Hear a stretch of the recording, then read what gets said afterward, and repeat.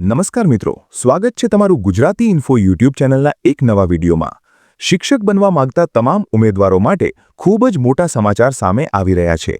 એના વિશેની સંપૂર્ણ ચર્ચા આપણે આજના આ વિડીયોની અંદર કરવાના છીએ। ટેટ પરીક્ષા પાસ કર્યા વગર શિક્ષકોની નવી ભરતીની જાહેરાત કરવામાં આવી છે। તો આજના આ વિડીયોની અંદર આપણે જોઈશું કે આ શિક્ષકોની ભરતી ક્યારે કરવામાં આવશે, કયા જિલ્લાની અંદર કરવામાં આવશે, એના માટેની લાયકાત શું રહેશે, પગાર કેટલો મળવાપાત્ર રહેશે અને ટેટ પરીક્ષા પાસ કર્યા વગર આ ભરતી થવા જઈ રહી છે તો એનું મેરિટ કેવી રીતે બનાવવામાં આવશે। આજના આ વિડીયોની અંદર આપણે સંપૂર્ણ ચર્ચા કરવાના છીએ। તો વિડીયોના અંત સુધી જરૂરથી બની રહેજો। તમામ માહિતી તમને સ્ટેપ બાય સ્ટેપ હું પૂરી પાડીશ। તો તમે જોઈ શકો છો, ટેટ પરીક્ષા પાસ કર્યા વગર શિક્ષકોની ભરતીની જાહેરાત। ધોરણ 1 થી 5 ની અંદર જો તમારે શિક્ષક બનવું હોય તો તમે 12 પાસ પ્લસ પીટીસી કરેલું હોવું જોઈએ। આટલી લાયકાત રાખવામાં આવેલી છે। ધોરણ 6 થી 8 ની અંદર તમારે શિક્ષક બનવું હોય તો તમે સ્નાતક પ્લસ બીએડ કરેલું હોવું જોઈએ અને તમને દર મહિને 21,000 રૂપિયા પગાર ગુજરાત સરકાર દ્વારા આપવામાં આવશે। હવે ટેટ પરીક્ષા પાસ કર્યા વગર આ ભરતી છે તો તમારા બીએડ અને પીટીસીના માર્ક્સના આધારે મેરિટ બનાવવામાં આવશે અને એના આધારે શિક્ષકોની પસંદગી કરવામાં આવશે। પછી આગળ જે ઇન્ફોર્મેશન આપેલી છે, જે ઓફિશિયલ પરિપત્ર છે, એ તમે જોઈ શકો છો, જે 25/2/2026ના રોજ આ પરિપત્ર અપ્રૂવ થયો છે। પ્રાથમિક શિક્ષણ નિયામકની કચેરી દ્વારા આ પરિપત્ર આપવામાં આવે છે।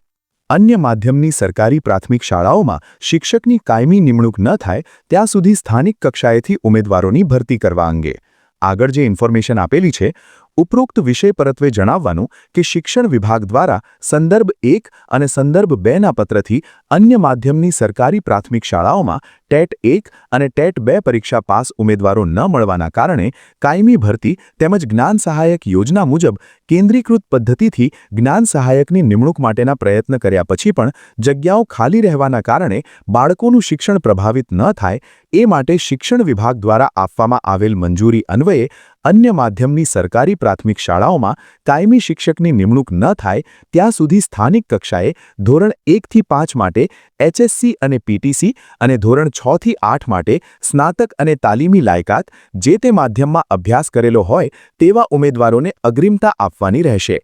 લાયકાત ધરાવતા સ્થાનિક ઉમેદવારોને જિલ્લા નગર શિક્ષણ સમિતિ કક્ષાએથી નિમણૂક આપવા માટે મંજૂરી આપવામાં આવે છે। તો તમે ધોરણ 1 થી 5ની અંદર શિક્ષક બનવા માંગતા હો તો તમે એચએસસી પ્લસ પીટીસી કરેલું હોવું જોઈએ અને તમે ધોરણ 6 થી 8 માટે શિક્ષક બનવા માંગતા હો તો તમારે સ્નાતક પ્લસ બીએડ કરેલું હોવું જોઈએ અને તમે જે જિલ્લાના વતની હો એ જિલ્લાની અંદર જ તમને નોકરી આપવામાં આવશે।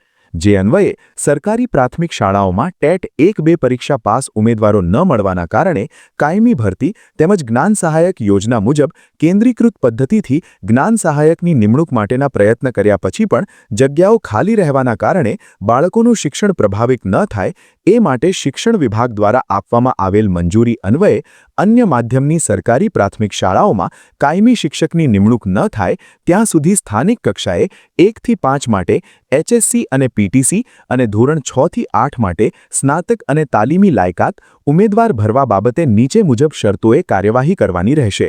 તો તમે જોઈ શકો છો, ધોરણ 1 થી 8ની અંદર આ શિક્ષકોની નવી ભરતી થવા જઈ રહી છે અને એની તમામ ઇન્ફોર્મેશન સ્ટેપ બાય સ્ટેપ નીચે આપેલી છે। તો એનો પહેલો મુદ્દો જોઈ લો। જિલ્લા પ્રાથમિક શિક્ષણ અધિકારી શ્રી કે શાસન અધિકારી શ્રીની સૂચના મળવાથી અન્ય માધ્યમની સંબંધિત શાળા વ્યવસ્થાપન સમિતિ દ્વારા શાળામાં ધોરણ 1 થી 5 અને ધોરણ 6 થી 8માં ખાલી પડેલ જગ્યા પર સ્થાનિક કક્ષાએથી ઉમેદવારોને કરાર આધારિત નિમણૂક આપવા ધોરણ 1 થી 5 અને ધોરણ 6 થી 8 માટે અરજીઓ મંગાવવાની રહેશે। તો તમારા જિલ્લા કક્ષાએ અરજી મંગાવવામાં આવશે। આની સરકારના લેવલથી કોઈ કામગીરી નહીં કરવામાં આવે। તમે જે જિલ્લાના વતની છો એ જિલ્લાની અંદર જેટલી પણ જગ્યાઓ ખાલી હશે તો એના માટે સ્થાનિક ઉમેદવારો જે તે જિલ્લાના ઉમેદવારો છે એમની નિમણૂક કરવામાં આવશે। આ અરજી આવવાથી ધોરણ 1 થી 5 માટે પીટીસીમાં મેળવેલ ગુણના આધારે મેરિટ યાદી બનાવી તેમજ ધોરણ 6 થી 8માં બીએડમાં મેળવેલ ગુણના આધારે મેરિટ યાદી બનાવવાની રહેશે। તો આના માટે ટેટ પરીક્ષા પાસ કરવાની જરૂર નથી। ધોરણ 1 થી 5ની અંદર તમે જે પીટીસીની અંદર માર્ક્સ મેળવેલ છે એના આધારે તમારી પસંદગી કરવામાં આવશે અને એનું આખું મેરિટ બનાવવામાં આવશે અને ધોરણ 6 થી 8ની અંદર બીએડના ગુણના આધારે મેરિટ યાદી બનાવવામાં આવશે। મેરિટ યાદી મુજબ ઉમેદવારોની પસંદગી થશે। જ્ઞાન સહાયક યોજના અંતર્ગત જ્ઞાન સહાયકને કરાર આધારિત નિમણૂક માટેની બોલીઓ અને શરતો છે તે મુજબ આવા ઉમેદવારોને 11 માસના કરાર આધારિત શાળામાં નિમણૂક આપવામાં આવશે. આ કાયમી શિક્ષકોની ભરતી નથી, 11 મહિનાની કરાર આધારિત શિક્ષકોની ભરતી રહેશે. અન્ય માધ્યમની સરકારી શાળાઓમાં સ્થાનિક કક્ષાએથી નિમણૂક આપવામાં આવેલ વિદ્યાને જ્ઞાન સહાયક યોજના મુજબ 21,000 ફિક્સ પગાર દર મહિને આપવામાં આવશે. તો અહીંયા તમને ઉચ્ચક માનદ વેતન 21,000 રૂપિયા આપવામાં આવશે. 11 મહિનાની કરાર આધારિત નોકરી છે અને તમને 21,000 રૂપિયા પગાર આપવામાં આવશે. આ જગ્યા પર શાળા કક્ષાએ નિયમિત શિક્ષકોની ભરતી થતા અથવા પ્રસૂતિ કે લાંબી રજા પર ગયેલ શિક્ષક પાછા ફરે અથવા બદલીથી કોઈ શિક્ષક હાજર થાય છે તે 11 માસ માટે કે 2 માસમાંથી જે પહેલું થાય તે માટે જે છે એ એટલા સમય માટે જ ઉચ્ચક માનદ વેતન મળવાપાત્ર રહેશે. એટલે કે તમે જે જગ્યા પર જાઓ છો એની જગ્યાએ કાયમી શિક્ષકની ભરતી થઈ જશે તો એ દિવસથી તમારી નોકરી પૂરી થઈ જશે. 11 માસની મુદત પહેલા કોઈ નિયમિત શિક્ષક હાજર થાય તો સ્થાનિક કક્ષાએ નિમણૂક આપેલ ઉમેદવારને 11 માસની મુદત પહેલા છૂટા કરવાના રહેશે અને તેમણે બજાવેલ સમય માટે માનદ વેતન મળશે. એટલે કે આ 11 મહિનાની કરાર આધારિત નોકરી છે, પરંતુ તમારી જગ્યા પર કાયમી શિક્ષકની ભરતી થઈ જાય છે તો તમને એ જ દિવસથી છૂટા કરી દેવામાં આવશે. પછી આગળની શરત તમે અહીંયા જોઈ શકો છો.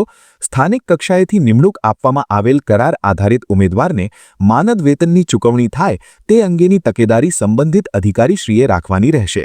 તેમજ ચૂક થવાના કારણે ભવિષ્યમાં કોઈ વહીવટી, નાણાકીય કે કાયદાકીય પ્રશ્નો ઉત્પન્ન થાય તો તે અંગેની સઘળી જવાબદારી સંબંધિત અધિકારીની રહેશે. પછી 7મા, 8મા અને 9મા નંબરની શુદ્ધિ આપણે જોઈ લઈએ. 11 માસના કરારની અવધિ પૂર્ણ થવાથી સ્થાનિક કક્ષાએથી નિમણૂક આપેલ હોય તેવા કોઈ પણ ઉમેદવારને કામગીરી પર ચાલુ રાખવાના રહેશે નહીં. એટલે કે 11 મહિના માટે જ તમારી ભરતી થવા જઈ રહી છે. અન્ય માધ્યમની શાળાઓમાં સ્થાનિક કક્ષાથી આપવામાં આવેલ કરાર આધારિત નિમણૂક કરનાર કરાર આધારિત ઉમેદવારને ચૂકવવાના થતા માનદ વેતન માટે આ સાથે સામેલ ગ્રાન્ટ માગણી પત્રક આ કચેરીના પ્લાનને રજૂ કરવાનો રહેશે. એટલે કે તમારા પગાર અંગેની બાબત કરેલી છે. અને રાજ્યની અન્ય માધ્યમની ગુજરાતી સરકારી પ્રાથમિક શાળાઓમાં મંજૂર મહેકમની ખાલી જગ્યા પર નિમણૂક આપવાની રહેશે. એટલે કે તમારી જેટલી પણ જગ્યાઓ ખાલી હશે એટલી જગ્યાઓ માટે તમારા જિલ્લાની અંદર નિમણૂક કરવામાં આવશે. તો આ પ્રમાણે ધોરણ 12 પાસ પ્લસ BEd-C પર ધોરણ 1 થી 5 ની અંદર અને BEd સ્નાતક પ્લસ BEd માટે ધોરણ 6 થી 8 ની અંદર નવા શિક્ષકોની ભરતીની જાહેરાત કરવામાં આવી છે. તો આ હતો આજનો આ video. Thank you so much for watching.